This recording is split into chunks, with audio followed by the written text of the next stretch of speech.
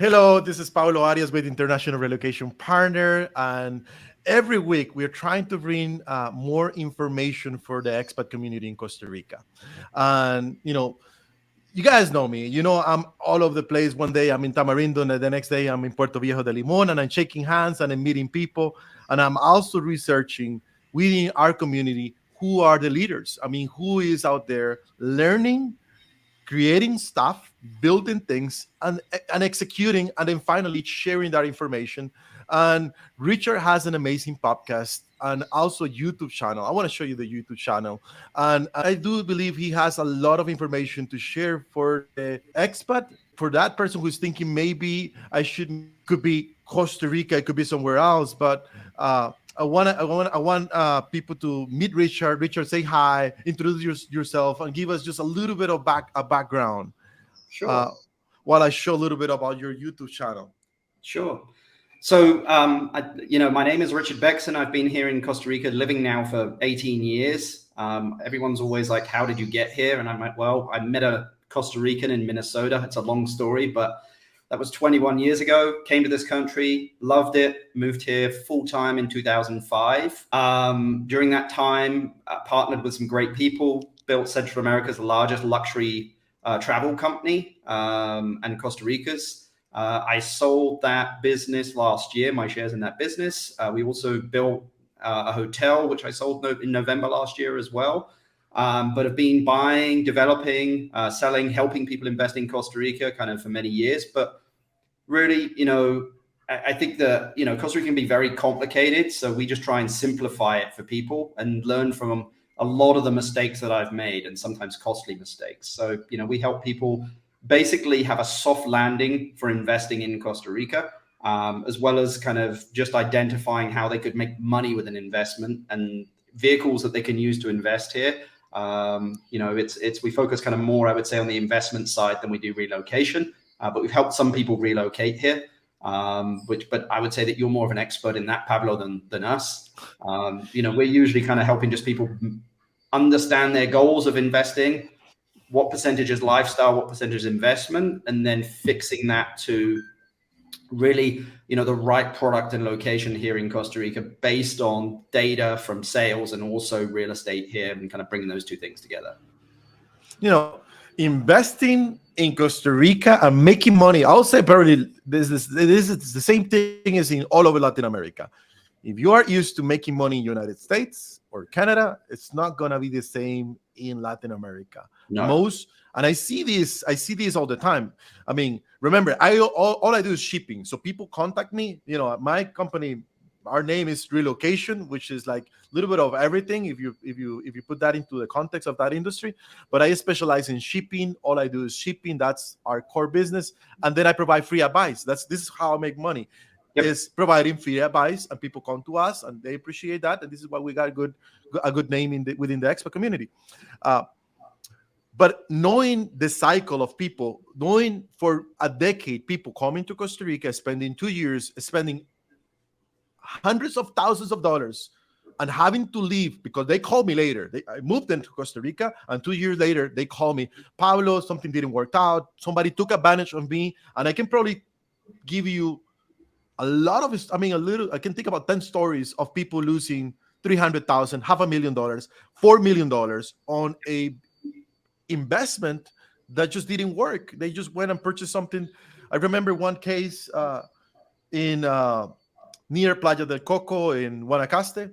This gentleman, super hardworking guy, built 5 beautiful properties overlooking the ocean, beautiful property, and he never got water. So he built everything thinking that he will get a well and the permit for the water. Yep. Never get it. So he spent $4 million on that property. And one day he called me and he said, "I need to move back." In his 60s now. He's retired, but he's this builder, hardworking guy, hands on the job type of guy. Lose everything. Now in his 60s, has to go back to his construction company. Yep. In the States to try to make money again to recover his losses in Costa Rica. That's just one. Well, the easiest way to make $1 million in Costa Rica, Pablo? Come with 2. Yeah, you know that one. I mean, this country is littered with graveyards of projects of, just bits of land with no water. I mean, we are a pain in the ass, Pablo, when it comes to due diligence and investing. I mean, we invest our own money in a lot of projects. Like, we make sure every I is dotted and T is crossed. I mean, this is a country that operates in the gray. And I say the gray of, like, we have black and white in the rest of the world. Here, there's a lot of gray, a lot of ways to do things. It's not just very clear cut on a lot of ways, so, I've made a bunch of mistakes. I've seen a lot of people make mistakes, and success in one industry in one country does not mean success in the other, so we're very clear when we know what it is that we're doing. We're very clear when we don't know what it is that we're doing. And, so we just tell people, look, we're not specialists in that. We could probably connect you with someone that's a specialist. But, our specialization is basically allowing people to have a soft landing when investing in Costa Rica. And that could be, again, a vacation rental. It could be building a condominium complex. It could be a commercial project. It's just really understanding the lay of the land. And there's just not that much data available out there. Now, I like to understand, before we go into the investments a little deeper, I like to understand your background. Like, because I want people to see this is, you don't have to be a rocket science to move somewhere else and make a living or make an investment. But I wanted to understand, this is something that people can actually achieve, but it's also important that they do it with the right advice. So where you from? What brought you here? A little bit about that story. Sure. I mean, I'm originally from the UK. I had a business in the UK. Originally just outside London. I grew up all over. I spent my summers in France. I was at boarding school in the UK.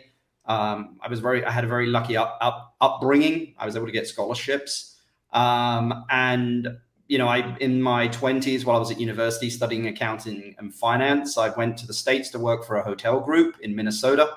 People were like, why Minnesota? And I was like, to be honest, I didn't really know where Minnesota was, but I got on a plane, flew to the Twin Cities, then took I was 3 hours north of Duluth in the middle of nowhere, absolutely beautiful up there in the Gunflint Trail. And then I met a Costa Rican woman, fell in love, came here in 2002, loved it, thought there was so much opportunity here. I mean, a lot of it is luck, to be honest with you. I've had a lot of luck. And some people say, well, it's just luck comes from hard, working hard, but there is a certain element of luck in it. So, that's kind of my background of where I came from. I was finishing university while running it was kind of like a private members club. We had a restaurant, we had a hotel on it as well. I was able to really kind of take risks with somebody else's money there. And anyway, sold my minority share in that, moved to Costa Rica. And joined basically what is now the NAMU Travel Group, Central America's largest luxury travel company. Back then we were maybe, 15 people, maybe $1 million in sales. Today it's 150 people, $100 million, give or take, so it's a very different business. And, I've just been able to bring, I think the one thing that people don't understand about real estate and living here is a lot of it comes from tourism, meaning that like these areas, Tamarindo, Mount Antonio, Flamingo, Potrero, like all of these areas, Uvita, Jaco, like they didn't just happen. Tourism came first and then real estate came. So I'm constantly looking at tourism data because it dictates to me of where real estate's going to be next. That's amazing. Yeah, it makes a lot of sense. And people tourism. People are like, hey, Rich, can you share that data? And I'm like, no way, dude. I mean, that's like, I've worked my whole life to create this data. That's the proprietary knowledge that we have. That's amazing. And as an investor, or an investor advisor, I know you have a lot of experience. What is the worst that could happen on this? What would be the worst case scenario for somebody? Well, I mean, they just lose everything. I mean, look, there are a couple of things. Here in Costa Rica, your project or whatever it is you're doing is only going to be as good as your team. Okay, so that's one thing. Mm-hmm. And secondly is, don't be penny wise and pound foolish. I speak to so many people that don't want to pay consultants that know what it is they're doing and think that they can do it on their own. Like I've seen people get butchered. Like a guy that didn't want to, hire a project management company for his build, gave $100,000 to the builder. The builder basically did like nothing, walked away with his $100,000. Like that happens all the time. That's why you need to make sure you have a great construction contract, and also make sure is that you have milestones that are being paid on time. Somebody's checking those milestones. I mean, that's just one thing. A hotel, like not knowing how the market works here. And I say that from, I remember when Andaz first came into Costa Rica, they were like, we don't need travel agencies. Within 6 months, they turned around and realized that the Costa Rican travel industry is run by travel agents. Like Expedia and Booking is one thing, but the vast majority of it is done by, travel companies and destination management companies in this country. So it's, what's the worst that can happen is you don't understand the industry you're about to go into in the country and that you lose it all. That's the worst that can happen. Wow. So it's, something for people to think about. I mean, before you do an investment, just might as well don't do anything. If you're just going to waste the money, just don't do anything. Just stay home or make your investments in things and this is a lot of smart investors. This is, I'm not an investor, but I have my dreams of investing. Sure. And when I'm researching and I study investing, one of the first things professional investors are going to tell you is invest in things invest on the industry you understand. And if you don't understand, get somebody like Richard and have somebody help you, walk you through this process. I just want to get to that conclusion. If you don't know what you're getting into, chances are you could lose everything. Now, I want to talk about your podcast a little bit, because that really caught my attention. For how long have you had this audience? It's been about 2 years I've been doing the podcast now. We're back. Okay, sorry. So it's been about 2 years that I've been doing the podcast. I think we're over 130 episodes and over 200,000 downloads. Like, my original goal was to just get information out there, because otherwise you come to Costa Rica and like your first point of contact is a realtor. And then from there then you have to rely on that person for all their contacts. Whereas I was like, look, I'm going to lay it all out on the table, like everything. I'm going to give you every bit of piece of advice, the pros and cons, different realtors, their input. Here are lawyers, here are escrow companies, here are architects, here are construction companies, everyone. I mean, I'll speak to anyone, Pablo, on the podcast, as long as it's giving information out there. But what I love to do is find people that are starting, that have great skills and that are hungry, and put them in front of people, that are looking for help. Because there are some, this country is full of amazing people. And sometimes it's not everyone is a great sales and marketer, like yourself. So it's about providing the platform for these people in order as well to be able to, present what it is that they do.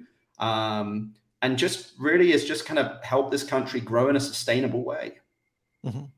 That's amazing. And I do appreciate that. And I do want to share as much as possible information that is useful for the possible investor or the expat. Because I do think that that's a win-win for everybody. Like I said, I meet people moving into Costa Rica and then leaving, and that doesn't leave anything good. That means that somebody got scammed. It means that our reputation as a country is now worse. And the other thing that could happen if you do things properly, people will come to Costa Rica, make the right investment, maybe make some money in between, meet good people. This country could be good for them, and we could continue and grow. And there's more people, more jobs, more opportunities for everybody. That's what I like this is what I like to happen, and this is why your information is so useful. Thank you so much. Our time is up. And how can we find your podcast? I mean, just go on to Spotify or onto Apple, Google Podcasts. It's on all the platforms. You can just type in Costa Rica real estate or Costa Rica real estate and investments, and you basically will find it there. There's 130 odd episodes at the moment. We usually record one a week. And it's with a variety of different, basically guests. I mean, we'd love to get you on it, Pablo. All right. Yeah, let me know. I'm ready. Awesome. But thank you so much. Thank you very much, Pablo. Have a great day. Bye-bye.